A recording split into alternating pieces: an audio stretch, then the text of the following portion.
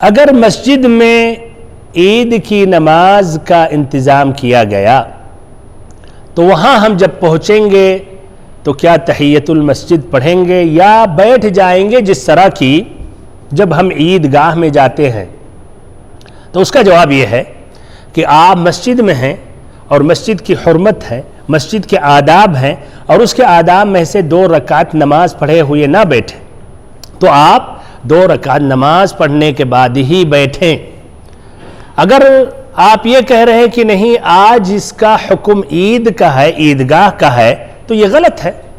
اس لیے مسجد کی جگہ ہے، مسجد میں آپ آئے ہیں اور ابھی بھی اس کی حرمت باقی ہے، اسی لیے کوئی حائضہ عورت آج بھی اس وقت بھی داخل نہیں ہو سکتی ہے۔ یہ نہیں کہا جائے گا کہ عیدگاہ کا حکم ہے تو جس طرح عیدگاہ میں وہ ایک سائٹ میں بیٹھ سکتی ہے،